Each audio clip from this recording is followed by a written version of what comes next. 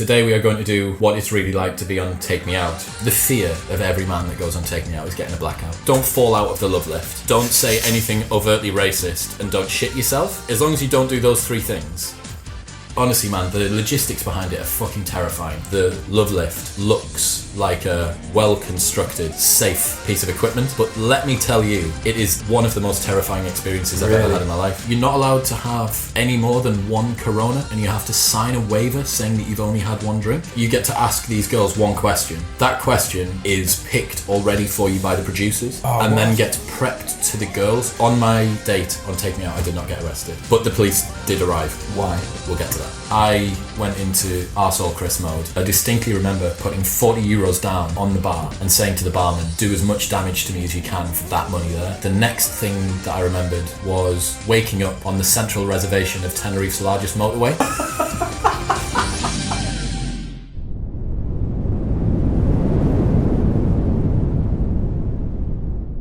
Welcome back. I've been joined by Johnny and Yusuf from Propane Fitness. Some of you may have seen that we did a podcast, What It's Really Like Living on Love Island. It did pretty well. It's had nearly 2 million watch minutes. So I thought, if it ain't broke, don't fix it. Let's try another one. So today we are going to do What It's Really Like to be on Take Me Out. It's been 6 years since I was on, but the memory is burned, etched into my nostalgia, so I'm not going to be able to get rid of it. So both of you have actually seen the episode that I was on, right? I saw it on TV when it was on. It's live. Some of the only TV that Yusuf's ever seen. I think it's probably the only thing on TV I've ever watched, yeah. Did you watch it because I was on it? Was it just no, pure because you were on, yeah. Okay. He had to plug the TV in, adjust the aerial, tune it signal and everything. To go buy a TV from a charity shop, like plug it in. Free cycle. Yeah. So I was on season 3, episode 2. So quite early. I think it's on season 10 or 11 now. For anyone who doesn't know, I mean, if you don't know what Take Me Out is, where have you been living? Because it's part of the mains. It's like Blind Date. It's like the modern day Blind Date now, isn't it? Although there is a Blind Date. Yeah. Not very good though, is it? No. Cilla Black died or something? Or yeah, Cilla Black passed away, and now they've got Paul O'Grady, I think. Yeah. The only reason they got him is because he's also Scouse. Right. Like, you know, there's other Scouse people out there. But anyway, so prejudiced. I said on the Love Island podcast that I would be able to create a framework for anybody who wanted to get onto reality TV, and that my appearance on Love Island was preceded and aided by my appearance on Take Me Out. And if you have a look at some of the guys who've been on Take Me Out, they've actually gone on to have fairly good careers in TV. Ashley Kane, who was on X on the Beach and is now like an MTV host in his own right and other stuff like that. Like, he cut his teeth, so to speak, on Take Me Out. Like, that was his first foray into TV. So this one, I actually got picked up by my modelling agency. So Time T's put me forward for it, and you skip past the first couple of, like, are you a human? Can you use a keyboard? Like, you get past those first few. Like, what's 9 plus 2? Yeah. All that sort of stuff. It's literally just a captcha code for the Really, first the whole couple. thing. Yeah, that's it. Are you a robot? Tick the box. There you go. Ding. Past that. So the casting process is quite interesting for Take Me Out, because you have to basically do a fake Take Me Out, and they hold up cards of, like, different girls, and you have to choose different girls, and then they role play what it would be like being on the show with you. Okay. Which is pretty cool. So they pretend to be the girls that are on the cards? Yeah, pretty much. Yeah. Did they put on a silly voice behind the card? No, they didn't. It's not that immersive, which actually makes it more difficult. With an Oculus Rift should on give as well. everyone an Oculus. That's actually casting. That would be great. So yeah, got selected to be on a particular season. I actually found out on the way down to Maidstone in Kent, which is where it's filmed. I found out that a pair of twins that are my really good mates, Henry and Will, were also going down and were on my episode. So I got down there and I knew both of these guys. One of them worked for Voodoo in Leeds and the other one worked for a competitor company in Newcastle. I was good mates with him. So it was basically like a lad's holiday for 4 days. So the setup, for anyone who doesn't know, the setup of Take Me Out is when you're filming, they film back to back to back. So it's aired, I think it's on a Saturday night, and it's aired weekly. But the girls that are there and the audience and Paddy are just there for however many weeks it is. That's however many days they're there. Wow. So it gets filmed. Honestly, man, the logistics behind it are fucking terrifying. So day one, as a guy, day one, travel down, stay overnight. Day two, morning and daytime, go and see the set, meet Paddy, practice what's going to go on, like the walk down the love lift and other bits and pieces, which we'll get onto shortly. The love lift. The love lift, man. Evening of day two, presuming that you don't get a blackout. Evening of day two, go to hotel near the airport. Morning of day three, get on plane. Evening of day three, land at wherever it is, the Isle of Fernando's. Stay overnight. Morning of day four, do date. Evening of day four, do take me out the gossip. Morning of day five, fly back to the UK and fuck off. But what you have to remember is because it's back to back, every day one is someone else's day two, is someone else's day three. So they've just constantly moving. It must be a logistical nightmare. How do they make sure that everyone seems fresh? You can't be late for anything. Like, it's relentless. So if I'm a woman on Take Me Out, that means that I'm one of the girls. Yeah. So they are on every episode. Yes, until they get picked or the series finishes. Yeah. So they could be on 10 days in a row. Yeah. But in every single episode, they've got to be like really excited to be there. So the girls have got the roughest job of anybody. Because the amount of girls there are, which I think is 20, maybe 20, there's maybe 20, and they have to get their hair and makeup done. I think their hair and makeup team's only maybe 2 or 3 people. The girls, remembering that we begin filming at 5 or 6 o'clock at night on that day 2, the girls start getting their hair and makeup done at 9 a.m. and they're on a rotation thing. So if you went first yesterday, you get to go like middle of the pack tomorrow. But there's some girls that have been sat with a full face of makeup and their hair done from like 10:30 in the morning until 5 p.m. just watching all of their mates. But they're all staying in the same hotel and they're all getting on and like having jokes and laughs and stuff like that. So I guess it's not too bad, but I don't envy the job of the girls. You just have to turn up once and you either don't go back on again or you go on a date. Yeah, that's it. The guy's it's probably quite symbolic for how men deal with most of the relationship. Low investment. I'm either in or I'm out. Yeah. If you're out, you run away, curl up in a ball, don't speak to anyone again. That's it. Away you go. So yeah, speaking of that, if you're out, the fear of every man that goes on Take Me Out is getting a blackout. Like it is, you're just terrified. Should we explain the format of the show? Or are we just going to assume? Let's go from start to finish. So you arrive on the morning, you go and meet Paddy McGuinness, who is the coolest guy on the planet, by the way. Like, he can break dance, he does karate, and he's got a Bolton accent.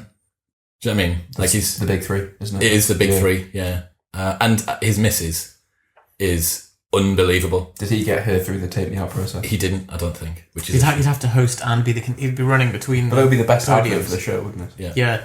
What, Paddy McGuinness with an identity crisis? Multiple identity disorder. Look at my wife. It's all as a result of this process. So you just go along with it, believe in it. Exactly. Trust the process. So you get to meet him on the morning. Quite a schizophrenic show to watch. Would be. No like it. Oh no! Really oh, that's right. But is that in your pop culture sayings folder on your laptop? Yeah, I wrote it down, took some notes, loaded it in. So you go in during the day and you get to meet Paddy, and what's kind of cool is because you're the only person who's out on that stage in front of the girls, right? And it's 20 on 1, and if one of the girls has a bit of a pop at you, he'll give you 1 or 2 seconds to say something, and if you don't come up with something, he'll just throw a zinger in. Oh, I remember you saying that he's got your back, like he's the. It's actually 2 on 20, but Paddy's like the power of 20 women, right. So he's able to kind of. And his stuff isn't scripted. No, it's just a witty man. Unbelievably witty. Yeah, it's just. I think because the goal of Take Me Out is to be as cheesy as possible. Like they want the most one-liner, like I'm a lover, not a fighter. Like if you can throw cliches in, laughing. That's what they want. Literally laughing. So yeah, you go in during the day, and I remember on my one there was a Southern Irish guy called Paul, and he was going to have to shear a live sheep on camera. So he had to he got these like trained stage sheep in Like, they've got their own trailer, and there's like honestly, I couldn't believe it. And there was a little square drawn in like spray paint, they spray paint a sheep with to colour them. And he was like, that's where you're going to shave. And he's in practicing shaving. The sheep doesn't like it at all, and it's like running away. And Paddy's this is the most I can't believe surreal such a thing. I'm fascinated by that. I've been, really, like... Because stage trained sheep, TV sheep. So there's a guy who trains them, he keeps them, rents them out. He's the handler as well. He's making a full-time income from... renting. The sheep are making full income. But when he came in, he was... How much of a cut does he take from the sheep? Like... a lot of grain. How much of a shear? There was he came in and he was extolling the virtues of the like discography, the filmography that they'd been on. He was like, was on Emmerdale a couple of weeks ago. Was in the background of the most recent film with Sacha Baron Cohen in it, and I'm like, Casino Royale. Yeah. So they all got their own IMDb profile. Sheep 1, U1. What's a male sheep? Just a sheep. Ram. It's a ram, bro. He's a man that knows his trade then. Yeah. Like, he knows his shit. So anyway, you spend your day and they're like, so you're going to come down and you get in the love lift and this is what's going to happen. It's kind of a bit hurried because there's 4 of you, right? And there's loads of other shit. Like, you are not really the highest priority as the guy. It's like, don't fall out of the love lift. Don't say anything overtly racist and don't shit yourself. Like, as long as you don't do those 3 things... broadly going to be okay. A great entrance. Well, so here, I'll get on to the main bit, right? So, what was your love lift like? What do you mean? Well, did you do anything better than the love lift? Or? I think it was just a little bit. It was, yeah. If only we could see Chris in the love lift. Well, we can't get the footage. Video Man Dean will try and find the footage. We are going to try and track it down. There will be photos of me appearing around with an afro. Yeah, because I had my afro then. Anyway, so you start off on the night time, and the audience, it's aired to about 4 million people, and you don't give a fuck about the 4 million people, but you're terrified of the 250 that are live in the audience. Oh, right. 250 people watching a TV show, all excited by Paddy McGuinness, is loud as fuck. They're behind you. So the way that you start, so you can imagine that the studio's quite circular, and you come in from the back behind them, and then you walk around the edge all the way to the back of the love lift. So you're walking behind the girls basically, but there's a big wall so you can't really see what's going on. But you can really fucking hear what's going on. And Paddy, there's an entertainer, like a comedian that comes on in between. It's actually probably a pretty good evening out to go and see that. You get to watch a bit of TV and you get to see a comedian, and there's Paddy McGuinness comes out and warms everyone up a little bit.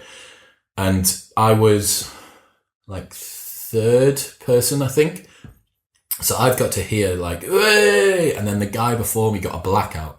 And I'm like, oh my God, right, it's going to happen. It's going to happen. You're not allowed to have any more than 1 Corona, and you have to sign a waiver saying that you've only had 1 drink, because some guy did something and got embarrassed and accused ITV of loading him up with booze. This was only season 3 when I was on, and some guy within the first 2 seasons had already dragged him into some litigated nightmare in an effort to try and discount the fact that he was shit on camera. I don't know what had gone on. But you're allowed a Corona, and you really, like the last drop, you're like desperately trying to get it out. And so you walk, because this sounds stupid now when I really think about it, but I imagined that everyone's kind of waiting in this sort of upper studio and they all come down the lift. But that's not what happens, right? No. So the first time you walk in and come round. So you walk in and go right round the back, and none of the girls see you, and the comedian, whatever, will be on at this point because you're going to be in between 2. Right. And then you'll get in and you walk up a spiral staircase. And I know that from the front, the love lift looks like a well-constructed and safe piece of equipment. Mm-hmm. But let me tell you, it is one of the most terrifying experiences I've ever had in my life. Like, it is just cables that are incredibly thin and very wobbly, and then you step on and you have to wait until the whole point of the love lift is that you have to wait until it hits the bottom and then you take your first step, because otherwise you're basically just going to step into midair. So that's point 1 of don't fall out the love lift. Okay. And then you don't put yourself. Don't say anything overtly racist. So it sounds like they're taking you through the full spectrum of fears. So like fear of death when you're in the love lift. Fear of rejection. You get out, and then fear of rejection from the women. And then like the instant like 250 people, fear of intimidation, making a fool of yourself, intimidation. Yeah, it's a very very nerve-wracking environment to be in, and like I say, you don't think about the cameras because the cameras are just they're miles away from you. They're all on. It's those guys like fat lads that sit down and swivel. Oh right, I see. It's not people walking around with it. Not really. You don't notice that as much. But anyway, so you're at the top of the love lift, and they'll be counting you in, and then your music starts, and you have to choose a song. So you have to submit a song, and this was when I was 24. So I was right in the midst of being promoter wanker. So I was like, oh yeah, Jamie Jones, Hungry for the Power. Like, we can't have any techno or tech house. How about Example, Love Kickstarts Again? And I'm like, fine, okay. So, like, and the love kickstarts again. Completely not what you chose, but... if we get popped on YouTube for me singing that, that was pitch perfect. Yeah, I know it was. So anyway, you're coming down and you step off, and you've already been given the points that you walk to. You walk to the left and you wave at the girls. You walk to the right and you wave at the girls, and then you walk to the middle and you turn around and you go, "Hello, girls. My name's Chris and I'm from Newcastle. Oh, everybody wave at Chris. Hey! So, Joanne, what do you think of Chris?" And it goes on like that, and you're like, right, okay. Once you've kind of said the first thing and you've got your first little forwards and backs, you're pretty sweet. Have they got a chance to black out during that? Or? Yeah. So not during that, but basically they get first impressions. Mm-hmm. And here's like one of the secrets of Take Me Out that is kind of a shit bit of the show. All of the girls are really, really aware that the longer that they keep their light off, the more episodes they're going to be on. If they get taken on a date after one more episode on TV, that's them game over. So have a look early in the season. Early in the season, the girls are boo, boo, boo. Oh, I didn't like the way that he crossed the road there. Woo. Oh, he doesn't double knot his laces. Boo. Like any excuse to turn off because they want to. So the producers actually had to push the girls. So like, look, like you're making it too difficult for the guys. So early on in the season, prisoner's dilemma. It's a what? It's a prisoner's dilemma because the incentives aren't aligned there, and as you said, they can. Yep. They for them to prolong their thing, they can forego the chance of being on a date. Yeah. Which completely just ruins the point of the show. Wrecks the show. Yeah, exactly. So they had to say, look, you need to keep your light on more. And we're like, right, okay. So you're aware of that as a guy as well. You go on and you've heard this. Oh, I'm on episode 2 or episode 3. Like, it's really hard. Yeah, it's super, super difficult. So anyway, you come down and they get to boo boo, and I think I lost like 1 light or 2 lights at the very start, which is kind of good considering I had. Do you not want to go and ask why? Like, well, yeah, he does. Paddy goes over and he goes, "So, Gemma, you've turned your light off. What? Oh, well, I don't like someone that's got bigger hair than me, or whatever it is that they say. I don't know. Just anything. I don't like someone. Something arbitrary, right? Yeah, like something completely arbitrary. But anyway, so they do that, and you start moving through. And as long as it's not like I don't like a black man, or that's what racist thing. And then they have to get all 250 people in the crowd to sign an NDA waiver. Okay, bloody hell. Right, start again. Yeah. No racism. Just say something normal. Yeah, exactly. So yeah, and you start back and forth, and you have your VT. I'm Chris, and I do this, that, and the other, and whatever. And the VT videotape. will you tell us about Darren refusing to? Okay. Yeah, I'm going to take you through. I thought VT was going to be like a sort of an industry term. Videotape. Videotape, mate, yeah.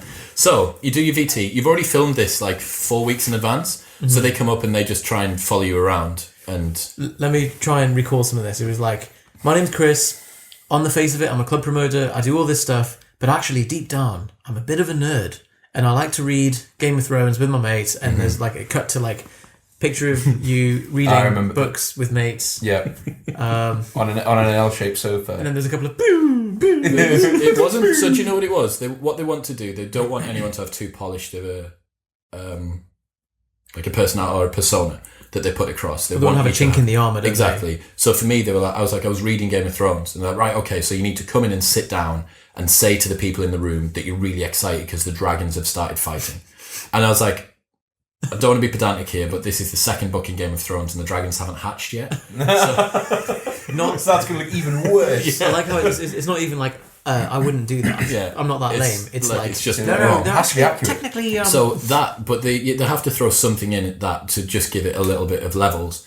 Didn't lose a single light for dragons. Didn't lose a single one. So yeah, anyway, and then they do that, and lights sometimes go off. For me, they didn't. And they go back round and they talk to more of the girls, and all the time you're watching your VT for the first time on this huge. So the big screen that you see above the thing that's videoed from above the crowd is actually what you're watching it on. That's not superimposed. So you're stood there like an idiot watching an IMAX video of yourself whilst trying not to like crumble. Right. And then it cuts back and they ask you some more questions, and there's back and forth with the girls and stuff. And all this time you're thinking, like, first off, fuck, please don't press the button because I don't want a blackout. But that overarching fear is so comprehensive that it doesn't permit you to really use any judgment.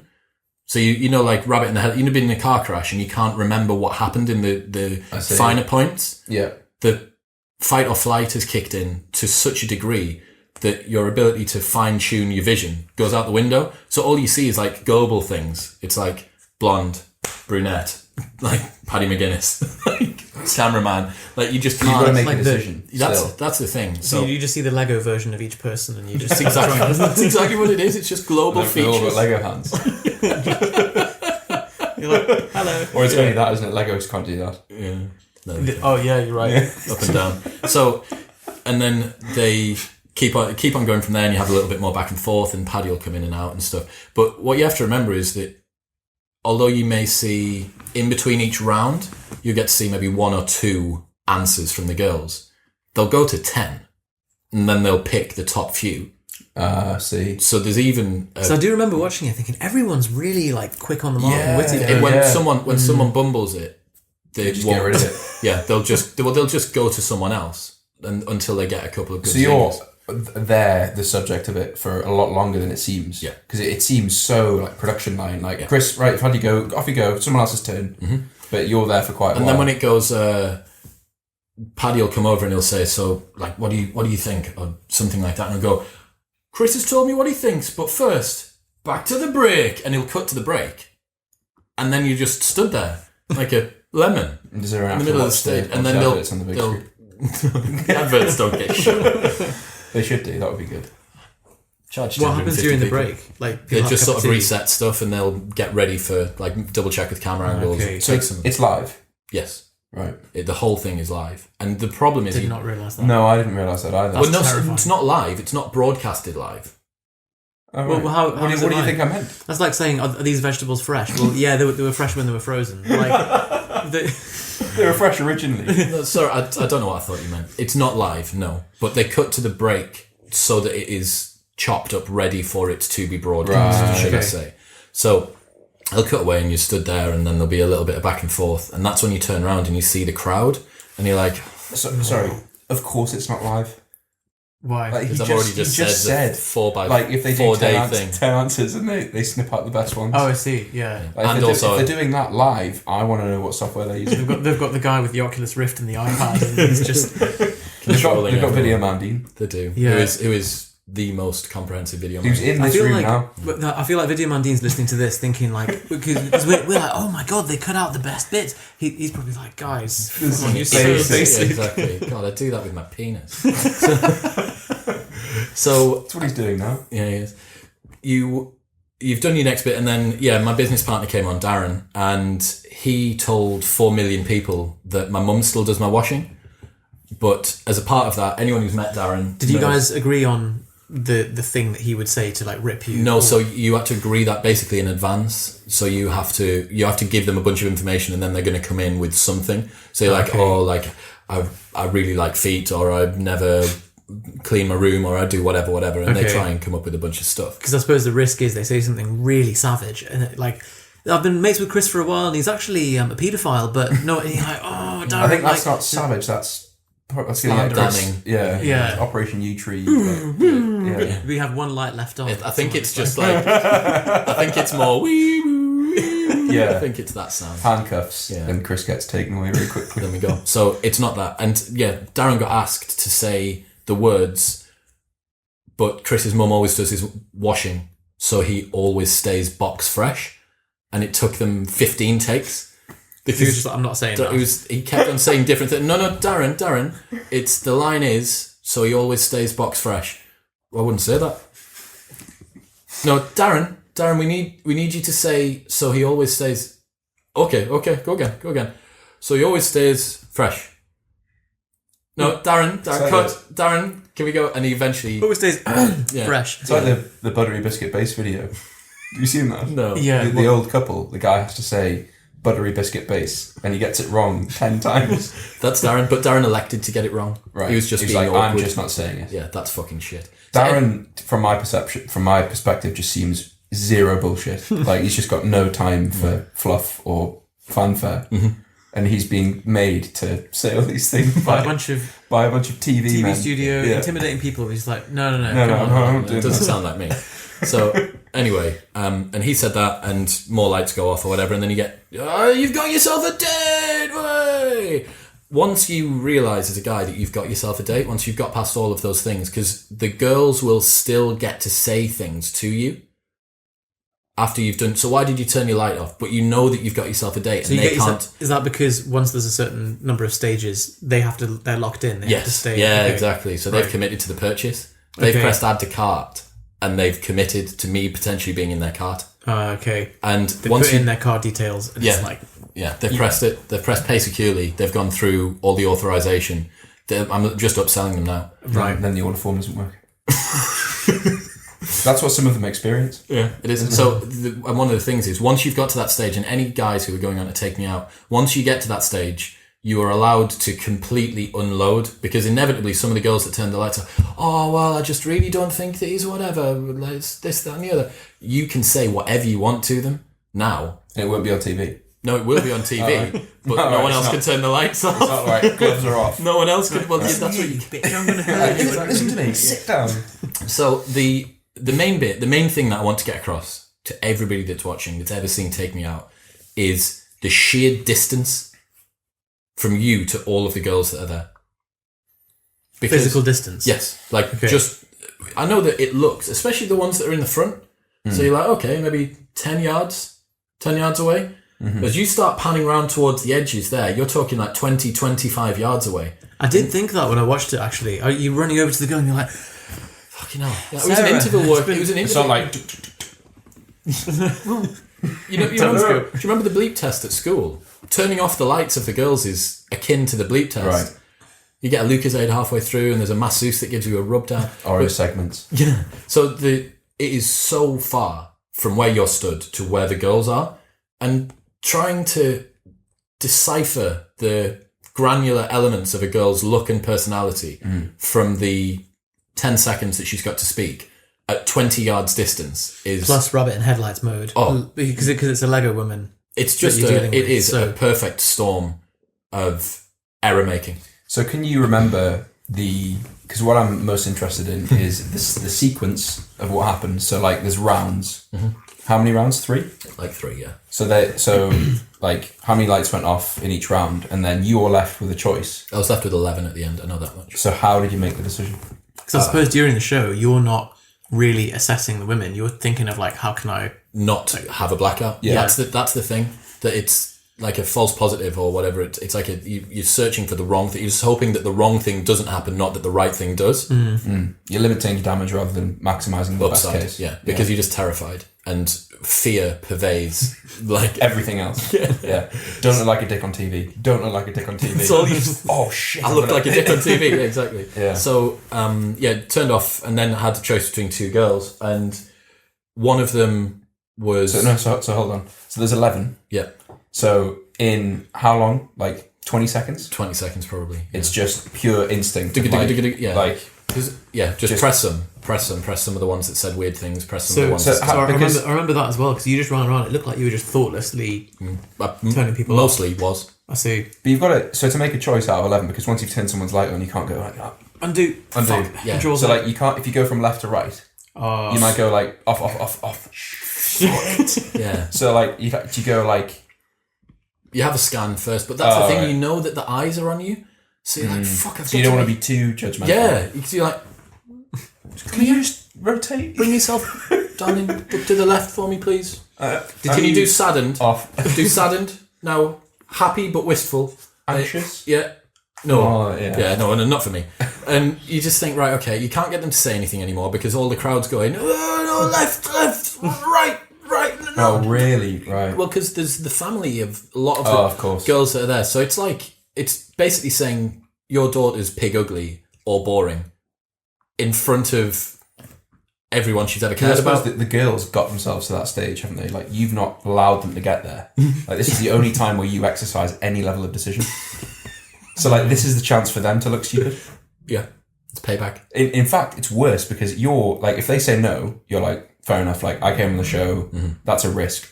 If I put myself out there as a girl and let myself get to the last round, I've still got my light on, and you turn me off. Yeah. That's how I feel shit, isn't it? Big fat middle finger. Do you have to leave one on, or has anyone just gone and turned them all off and been like that? I can't be arsed Fuck with this. Yeah. That's a good point, actually. So for me, Because that you would might have been be- that would have been the best option. Wow. That would have been the safest option. The Safest. just for my sanity. Chris, what happened? I managed to pick. I'm going to be as diplomatic as possible here. I managed to pick a girl who. She wasn't the most interesting. I'm going to remain diplomatic until later on. Okay. So I have a fantastic. My dating history is awash with girls. Me picking girls that are really bad for me, and Take Me Out was no different. Bad for, like, you gain a bit of weight. Like, what do you mean by bad for me? Developed a cocaine habit. Yeah, no, it was just that she was really dull. Right. And So you want to talk about, like, anything. what's going to happen when AI takes over the world? No. This was Chris at 24. I was perfectly happy just talking about like what she did for fun or what her favourite cocktail was. Right. And there was one point where the conversation had got down to how her dad once took her crabbing. And I'm like, She's going to see this. She's going to see it. Or maybe she's not. I Not don't really. necessarily. Like, the internet's a big place. That's true. The internet is a big place. So Massive. in fact. just because if I was in your position, I'd be thinking like, I've got to spare her feelings. We didn't have a if you were to picture a Venn diagram. If anyone's seen the episode, what I say in the episode's damning enough as it is. Okay. Right. And then when I went on Take Me Out, she sold a story about me to like Reveal magazine. What the fuck? Video Man Dean will make it appear here. I think Video Man Dean should go hunt her down, and that's horrendous. So she got sold a story. What? sold a story. So The police got her a bit called. boring. Yeah. So How about it, Chris? I'm gonna don't you worry. I'm gonna come back. We'll loop back to this. She's so Boost this on Facebook and everything. so you've got Go I'm gonna press the fucking £10? boost button. Yeah, 10 whole pounds. We'll pay for it, don't worry. Just so you know, the story headline that was revealed in Reveal was the police got called on my date with Chris. Jesus. Broadly true, but she. But that's because like there was something going on. No, There the was police got there was a called civil for me. lawsuit going on The next police door. got called for me in Okay. Fernando's. For you or by you? For me. To get you? To get me.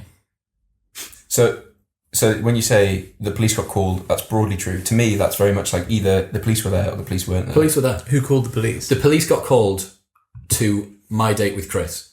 The reason that's not true is because she wasn't there, but I was. So I'd left her. And then you got arrested. And I didn't get arrested. On my date on Take Me Out, I did not get arrested. But the police did arrive. Why? We'll get to that. You're gonna have After the break. After a message from our sponsor. Yeah, so Which is going to be Yusuf dancing. That's not a sponsor. anyway, so you go down to the last two, and then what they've done, so you'll remember on Take Me Out, they have the question, and they're like, you get to ask these girls one question. Right. That question is picked already for you by the producers, and then gets prepped to the girls. They don't know which guy's going to deliver them the question. I've always wondered that. Because they've got zingers, right? Yeah. They've got absolute like belters. I can't remember what my question was. It's like maybe like, what's your best feature or something like that. It's got to be horse-sized duck, duck-sized horse. Isn't it? If If anyone finds himself in this position, would you rather be a horse-sized duck or a duck-sized horse? There you go. Or the dad dog question. No. No. Do you know about this question? Yes. No. Because we asked him. No. Did we? Stop. That you can't say that on Stop. TV. Can This you? is a PG episode. This is a PG episode, okay? Right. So anyway, duck and horse. you've got to choose one of the girls at the end, and you kind of have to do the like faint and pretend that you're doing one, and then I you see. pick the other. And within 5 seconds of pressing the button of the other girl, I realised I'd make a mistake. What? Just instinct that she didn't like do anything. She didn't like start gurning when you press the button or something. No. Right. It was. Yeah. Oh, thank God. It was just, but it was an error. And as I walked up the stairs, some of the mates of one of the other lads that was on there were looking at me going, "Oh man!" And I was like, "Yeah, this is maybe an error." So, and then they ask you at the end, who was the person you were going to pick? Love at first light. They don't have that anymore. Sorry, they didn't have that when I was on. Love at first light wasn't a thing when I was on. What a shame. I've never heard of that. It's like when they see the lineup and they have to pick someone before it all happens. Okay, and then it plays there must out. be like an extra feature in the 2.1 version, because that was the only episode of Take Me Out I've ever seen. So no, that didn't happen. Had they have done that, I would have been able to say. But later on, I had sex with that girl in any case, so it didn't matter. So how did you get her information? So I found that girl on Facebook the night that I arrived in the hotel in Fernando's before I'd even been on the date with the main girl. So the girl that you just turned her light off? No, she turned her light off for me. Found her on Facebook, messaged her, started having a back and forth before That's a big fuck you, isn't it? Like, she turned her light off, but you got her anyway. Yeah, damn right I did. Should we just dropped it to the top? So Of the Chris funnel. Out the front. So now it gets onto the fun stuff, right? So this is the best, like, most interesting bits about the production as far as I'm concerned. So you meet Paddy, meet your date for the thing, and you're thinking, fuck. And then they get you to walk off. You're off to the Isle of Fernando's, and you walk up and you get to the top and you turn around and you wave, and then you go down the steps. And as you're going down, there's always a camera backstage as you start curling down, and you kiss her on the cheek and say she looks lovely or whatever. And then at the bottom of that set of steps, there are 2 runners that are like, right, don't look at her, go that way. You don't look at him, go that way. And that is the last time that you see that girl until when you are on the Isle of Fernando's and they appear from behind you and go, oh, hiya, we're ready to go June bugging. You look lovely. And then you walk away. That's the next time that you see them. So there's no prep then. That's a fresh reaction when she's like. So from that moment where you get to the bottom of the steps and you part ways, you go to separate hotels next to different airports. Wow. So I went to Luton. She went to like Stansted or Gatwick or something. You then got on different flights, stay in different hotels in Fernando's, which the year that I was on it was Tenerife. So hats off to like the project manager for it these is shows. Unbelievable. There must be a reason why they do that. That's because they don't want. So the reason that they don't allow you and your date to look at each other or ever interact off camera is because if you say something that's offensive or funny or cute, her reaction to you is going to change, but the justification for that hasn't been captured on camera. So there's a break in the storyline. Does that make sense? So just for continuity, then yeah, pretty much. So they just don't want you or her to get anything, to know anything about each other without it being completely constructed. And I think, considering I said that Love Island's a very holistic kind of natural manifestation of people's emotions and it's not really fettled with all that much.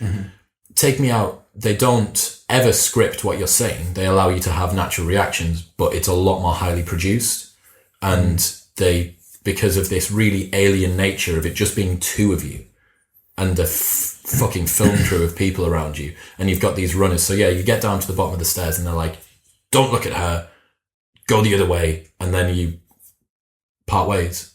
Go to a hotel on the night with the other guys that have potentially got a date, if they got a date, and then stay overnight, get up the next morning, get on the plane, fly out, spend the afternoon in Tenerife getting a tan and chilling out, go to sleep, and then the call time. Still not with the date. No, she's in a different hotel out there as well. Different call time in the morning, so you get up in the morning and it's like, one of the guys, I was the last date and I was up at 6:30. The first date was up at 5 a.m. Crazy. So there's a film crew out there that are just receiving these parcels that have, like a t-shirt firing gun, like boom, boom, just being shot out of a studio in Maidstone. And then these guys are just like catching couples. Wow. And then going, okay, so we're going to go. So anyway, got out there and you have the set-up thing where you're going to meet them on the morning and they come, oh, hiya, and it turned out that our date was going to be deep-sea fishing, which is naturally not tremendously exciting date to be on. And unfortunately, that wasn't aided by the girl that I was on it with.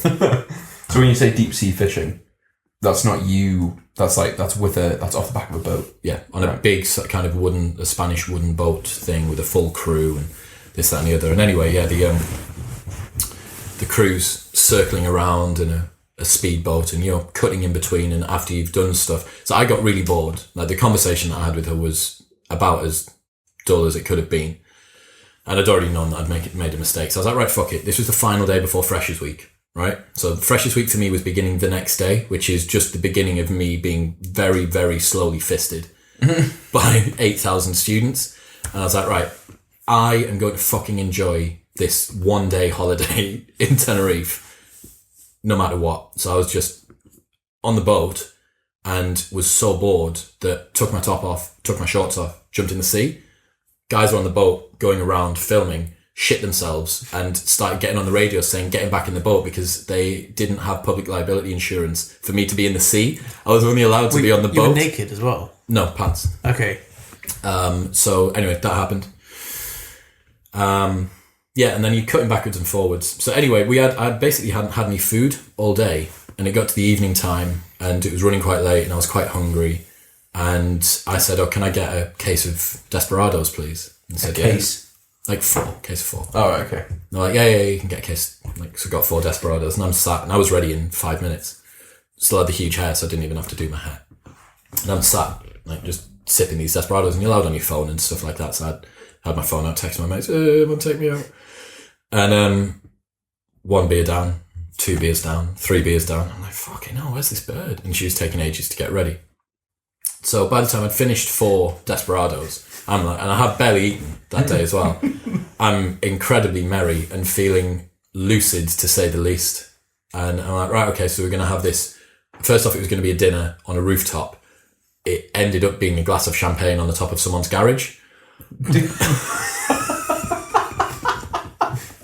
Why?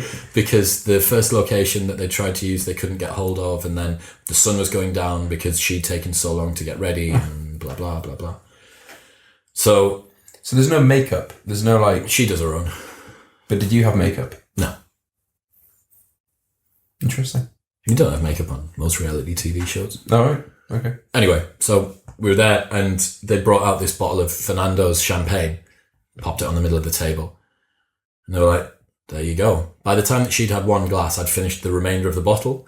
They brought out another one, and I did the same thing again.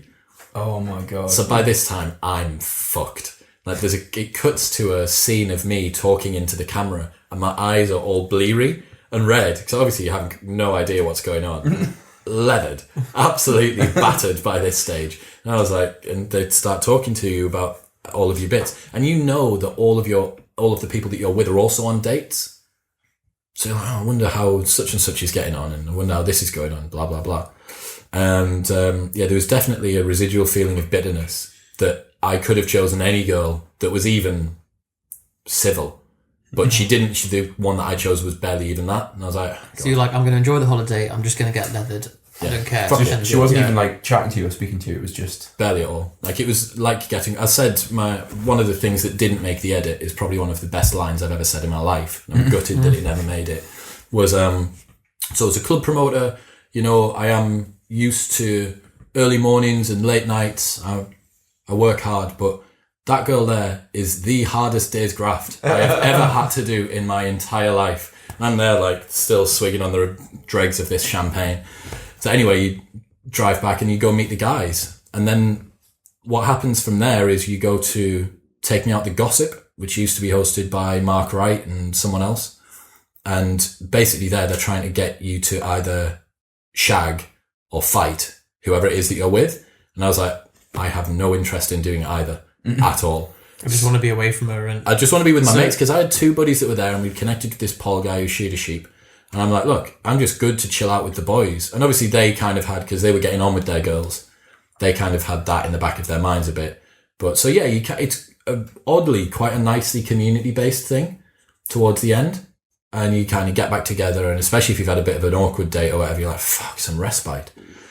So you go out on the night time, and this is where the police story begins to one degree or another. So I can't believe I've never told you this before. Before we do the police story, did this girl just not take a liking to you specifically, or do you think it wasn't personal, it was just like... I think it was a combination. So it was a combination of things. First off, she wasn't making a massive effort, and she used this line of treat 'em mean, keep 'em keen. And I was like, no, like, just even back then, even 10 years ago ish, 7 years ago, I had in the back of my mind, you should just be being yourself. Like, you should just be being truthful and virtuous, because that's the best way to operate. And she came across terribly on TV. Anyone I've heard who spouts the treat 'em mean line is a fundamental dick. It's just a manipulative cow, right? It's like... Well, because it's the same kind of people that think they're really sassy, and it's like, no, you just a twat. Just a knob. Yeah. So it went down really badly. She deleted her Twitter account because she got a little bit of... She got slated a little bit because of the way that she'd gone on. Anyway, so went on the date, went on the night out. Later on in the evening, they want you to have sex or fight with the person you're with, and I'm like, not bothered. They give you a €50 allowance, and they basically put you in a bar and allow it to be as natural as possible. And it kind of is. Also, what's really funny is to see the difference between the crew and the kit that ITV have and the crew and the kit that ITV2 have. It's like going from the most polished, like there's a security guy and there's a huge van and this, that and the other, and it's just some dude with like his iPhone out, desperately hoping to catch that, picking up change off the floor, trying to... Well, you can tell with the production quality as well when you see those like after the show programs. It's complete trying to dredge up any of the last remaining viewers. £15 budget. Yeah, so see what I've got to go plug my phone in over there for a bit, but I'll be back in a moment. So, oh shit, I've run out of data. So anyway, you're on the night, and she'd been doing this thing, and she'd handed me a purse to like look after, as if, like that sassy kid. And I'm like, so I just got the purse and just put it down on the bar and walked off. That didn't go down very well. Anyway, back and forth. What happened next was I went into arsehole Chris mode, and I distinctly remember putting €40 down, which was what I had left, €40 down on the bar, and saying to the barman, do as much damage to me as you can for that money there. This is the Pokemon that you evolve into when things are... When you reach the required amount of alcohol, that's the person I become. Hitmonlee, Gyarados, Shiny. Yeah, right. And this is exactly why I don't drink anymore. So I've never seen that side of you. It's a sight to behold. But I think we should engineer that and then put that on the podcast. He's bloody teetotal now after our terrible alcohol podcast, so we've scuppered it. So, €40 down, and that's kind of the last thing that I remember clearly. I remember going to an after party with the barman and a bunch of his friends, and then the next thing that I remembered was waking up on the central reservation of Tenerife's largest motorway. Really? At about...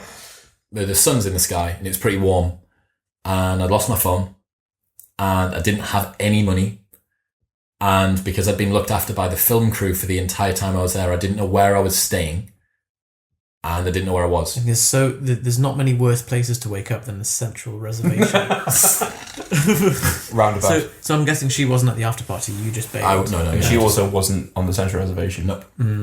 So otherwise it's quite romantic. And we ended up on the central reservation together. I was on the central reservation of Tenerife's largest motorway, and in Spain they've got those signs that come up and go over the top of the motorways, and it's got the time and then the temperature.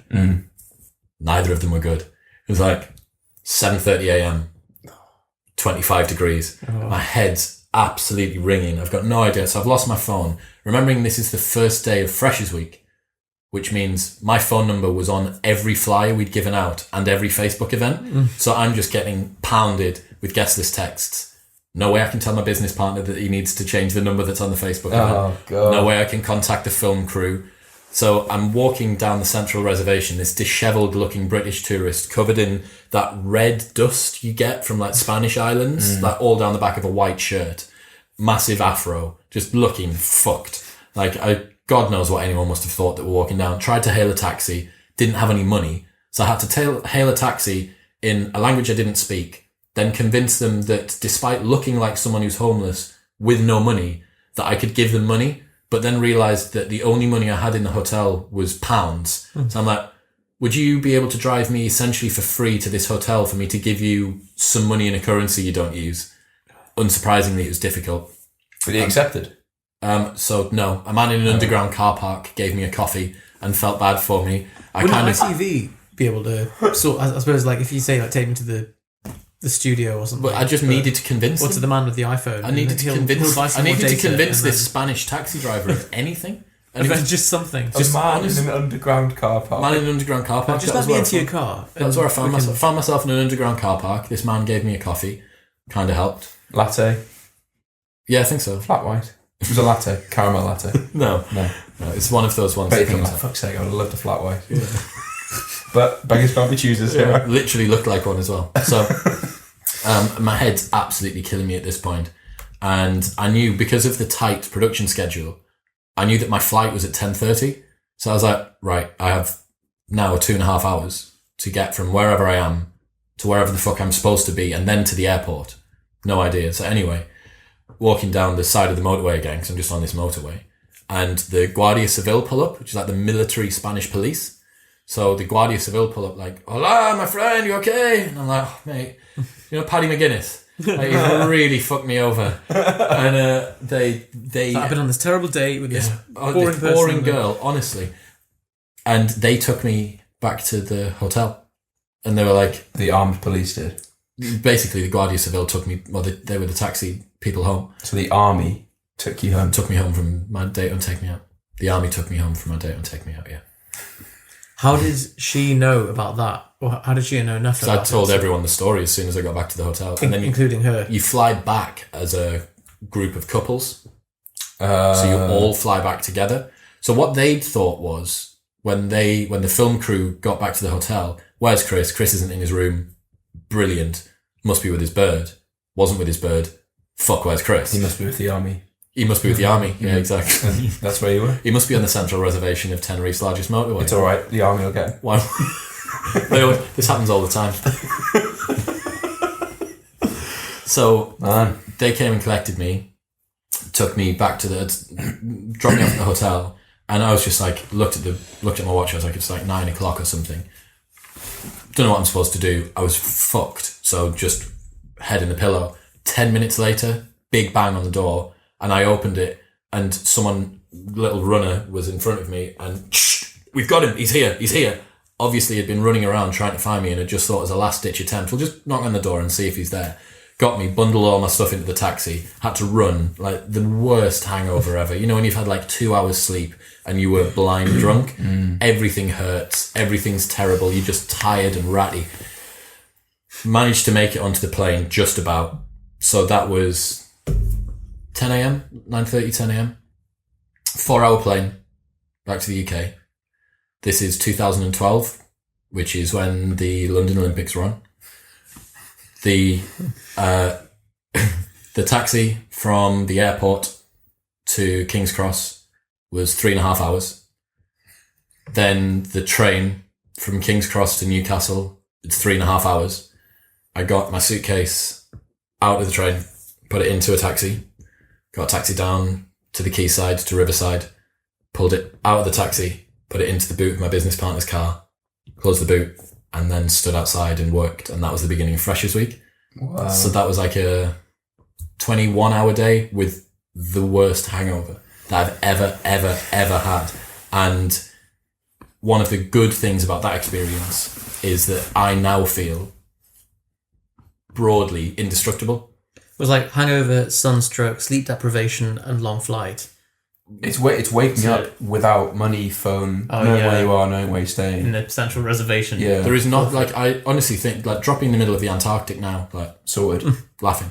Bear Grylls it. Because compared to that day. Yeah. I mean, it can't be worse than that. You say that, but I've seen you with me in just the high street in Reykjavik, and we lasted 20 seconds. That was extreme temperatures. I think probably the Arctic. Might be a bit cooler. Similar, The but I get problem with your that story is that because the temperature on paper was so tame, yeah. it sounds like we're just being a bunch of absolute pussies. Well, but so the lesson is pay attention to the feels like temperature, not the temperature. If you were ever going out in Iceland, as a little bit of advice for you, do not do what me and Johnny did, which is be northern lads. And just wear a shirt. Just wear shirts, because although the temperature says it's only -2, the feels like is -12, and -12 is really, really fucking chilly. cold. Yeah. You thought you had pneumonia, and you actually had meningitis. Well, he arrived with meningitis. He brought it into the country. He was yeah. cheating. Yeah. So standing in a taxi queue with him, you know when it's the end of a night out and you stood in a taxi queue, and the taxi queue you just think this is going to last for eternity. Like, there's so many people in front of me. The rate that taxis are coming, I'm going to die here. Like, and one person tried to jacket. jump. Yeah, but still freezing to the bone. One person tried to jump the queue, and everyone absolutely marched on them. I was ready to just body check that person. Like, you are not pushing in this queue. This man in a wheelchair, I was just ready to body check. The only other advice, if you're in Iceland, is just make sure you've brought £9,500 with you. So you'd be able to buy one thing. You'd be able to buy one thing, yeah. It's expensive. Every item. You know when you go to a pawn shop and you're like, excuse me, sir, how much is this? And they're like, that's £1. And you go, oh, what about this? And they're, that's £1. You know, what if I got this and this? And you're like, look, so it's like that, but with 9,500. That's all Iceland. linked from an Alan Partridge sketch that we came up with that. Yeah. Yeah. So, have you got any questions about Take Me Out? That was a massive detour. So what I wanted to ask you was how you went through the selection, but you covered that. Selection process. If enough people keep on telling me to do a video of how to get on reality TV, I'm going to do it. You'll cover it. Yeah. I meant selection on the, like, how to pick the girl. How you went. Just terribly. Just like you can't do it. Like, yeah, you just randomly, you look, you try and remember what they've said. I suppose he's not the man to ask, because he ended up with a bad selection that you do not want to take my advice. Mistakes, yeah, you don't true. learn from your successes necessarily. Has anybody got a blackout as soon as they arrive? No. In the history of the show, is that because they're instructed to say, like, but then how do you enforce that? I guess they have to do it. No, girls, do it again. Well, I think that most of the girls know it's the cost benefit of them, every single one of them turning off when someone goes out. Like, what's costing you to keep your light on, especially at the start? Well, because you said that if they turn it off. Yeah, but usually they'll at least play the game. They'll allow it to go through for at least a little bit. But I mean, the main thing that everyone should take away from this is nothing to do with the show. It's the sheer power of whoever is in charge of operations and logistics for ITV. Because that person really needs to be working at Tesla or SpaceX. Because they have the most difficult job in all of television. They've just got a really big Gantt chart or like a Trello board or something. Unbelievable, yeah. Could you imagine how optimized it is? It's going to be like Minority Report. Oh, I bet they've got 6 screens and Yeah. Laptops up on a rise. Anytime you see something, you see the polished result of something, like the processes behind it.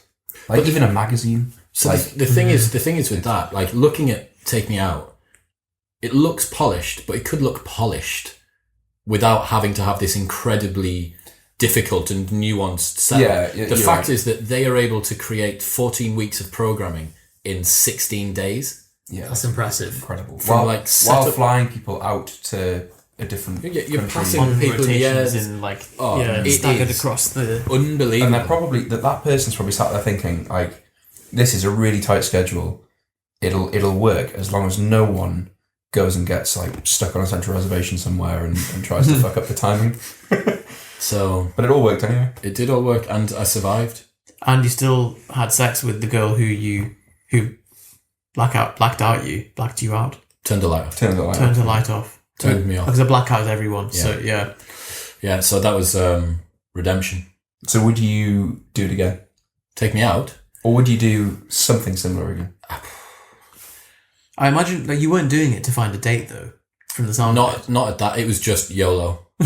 Actually, that's a question for you. So, Love Island and Take Me Out both have this outcome associated with it, or like they're both like trying to couple you up with someone. Was that what you actually wanted out of any of this. So that's- Is that what anyone wants out of it? Strategist, isn't he? Though he's doing it. It's just Some people do, but some people just want the exposure. Because people on the most recent series of Love Island, where people were like, "I've come on here to find love," I just think Bollocks. bullshit. Like, No, it's much easier to find love, like at the local pub. You're more likely to find love in the library, or something, aren't you? Like, There's a program that's going to be coming out soon within the next year that I think will highlight exactly how little Love Island is actually searching for love, or how little the people on Love Island are searching for love. They're not looking for love on Love Island. They're definitely not looking for it on Take Me Out. Like, the amount of failed dates that occur on Take Me Out, I think, is a good identifier of the fact that we are a lot more incompatible than we think. You think take a random girl of the right age who broadly looks attractive, and take a random guy that she has verified is attractive by not turning a light off, and he's verified is attractive by not turning hers off. And you think, oh, how hard can it be? Look at the outcomes. Watch the dates on Take Me Out. I would argue, if you did an analysis, and if anyone would like to, please do so, more than 50% of the dates on Take Me Out will be disasters. Like, it'll finish up with one of them saying that they're not interested in the other one. I suppose the only commonality with the people on Take Me Out is that they at least don't mind the idea of being on TV. But then there's a lot of them. Another good thing about Take Me Out is because it's quite highly produced, and it's so intense, it's a really good on-ramp for being on TV.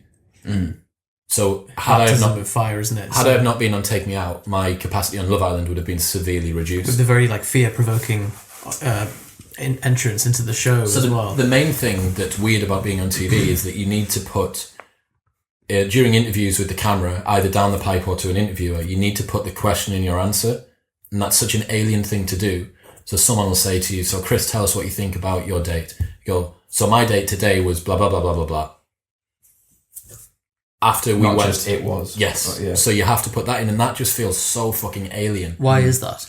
Because they don't want the interviewer's voice to come in. They need to just have you speaking. So you need to frame the question within your answer. So they want to stage and prompt the content without someone going, so Chris, tell me. Yeah. So Chris. Yeah. And they wouldn't have it written or whatever it might be. So yeah, that's part of it. But yeah, there's a show that's going to be coming on within the next year or so, which will highlight, I think, a big difference or a big issue with existing dating shows. Like, Love Island is not people looking for love. It's like, at the very, very best, it's next year's Relationship Island. Like, who the fuck? Like, I don't think I know for a fact, no one off season 1's still together. There's 1 or 2 couples off season 2 that are still together. 1 or 2 couples off season 3 that are still together, and season 4's like dropping like flies. Right. So it's not people that are looking for love. It's people that are looking for a relationship that can be a springboard for their... They just want traffic, don't they? They want lead generation. Everyone just wants fucking traffic. Yeah. By the way, propenfitness.com for all of your training and transformation needs. Traffic. I had very similar experiences when I was on Pointless. It was almost exactly the same. Well, it was nearly as pointless as We're going to have to do what it's like to be on Pointless. I forget that you've both been on TV. We need to get you on TV. Fine. If anyone would like to feature Yusuf on a TV program, as long as it's not like a documentary about Arabs or something like that. Do you know what I think would be most fun? The three of us being on TV together. Fine. Well, we kind of are right now. There are but more on proper cameras. TV. Video Guy Dean has brought more cameras in this room than there was in the entirety of Take Me Out. Thank you very much for watching. If you've got any more questions about Take Me Out, there will be a new season coming on soon. This is not in association, as you may have guessed, this is not in association with ITV or Take Me Out. Don't think I've got very many friends left there now. But if you want to find out about the application process, I've actually had emails from people asking me to guide them through the application process to Love Island. Thinking about just doing a coaching course. Or Chris.coach. Fine. Bet that's taken. Bet. Just because you've got a problem with .co and .biz and those kind of things. You seem to think that people want to write in like tim.blog. It's because who types the URL in? Nobody. Okay. So why is your URL not miles longer than it already is? What do you mean? Just like propane fitness, propane. Well, Propane, we have propane.fitness. We've got all of them, Chris, because Propane.fitness. Of course we do. Have you got p.ropane fitness? Probably. You'll be in negotiations with some guy in Canada. Available. There's someone who in Yemen can So hack you the email and go server. like, "Hi, we want to buy propanepodcast.com," and the guy replied saying, "If it's a 6-figure offer, I'll entertain it." Oh yeah. Fuck you. Who are you? Who are you expecting is going to set up Propane Podcast? Yeah. Yeah, like that's it. the only other person that could possibly do that is someone's like reselling fuel for barbecues. But it's propane. And does a it's podcast not about crude oil. Yeah, it's a very Like, low people, level. People run their barbecues on it, and that's about it. Butane podcast. Butane. Oh. Anyway, okay, bye then. Thank you bye for then. watching. Bye bye.